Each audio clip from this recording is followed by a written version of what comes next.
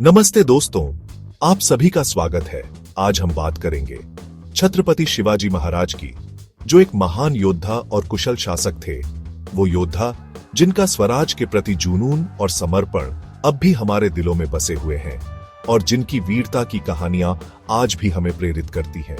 छत्रपति शिवाजी का जन्म 19 फरवरी 1630 को हुआ था और उनका जन्मस्थल शिवनेरी दुर्ग है। बचपन से ही वो साहसी और बुद्धिमान थे और उनकी बहादुरी के किस्से दूर दूर तक मशहूर थे। उनकी मां जीजाबाई ने उन्हें धर्म और देशभक्ति की शिक्षा दी थी, जो उनके जीवन का आधार बनी, जिसने उनके जीवन को गहराई से प्रभावित किया और उन्हें एक महान नेता बनने के लिए प्रेरित किया। शिवाजी महाराज ने 1674 में रायगढ़ किले में खुद को छत्रपति घोषित किया, जो उनके जीवन का एक महत्वपूर्ण मोड़ था और एक स्वतंत्र मराठा साम्राज्य की नींव रखी, जो उनके स्वराज्य के सपने का साकार रूप था। उन्होंने कभी भी अत्याचार और अन्याय को सहन नहीं किया और हमेशा अपने लोगों के अधिकारों के लिए लड़े।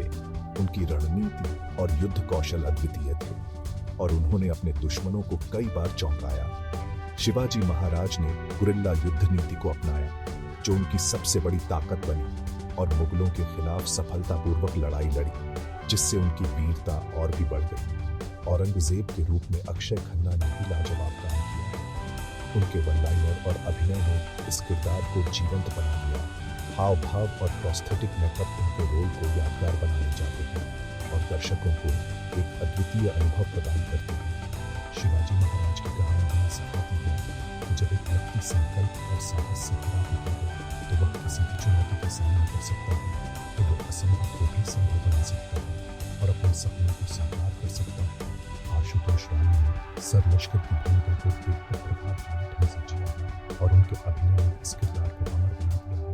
तो वहीं कवि कलश की भूमिका में विनीत कुमार का चरित्र दिल को छू जाता है और उनकी कविताएं हमें शिवाजी महाराज की सेना की याद दिलाती है। शिवाजी महाराज का एकमात्र उद्देश्य था स्वराज्य की स्थापना और उन्होंने इसके लिए अपना पूरा जीवन समर्पित कर दिया।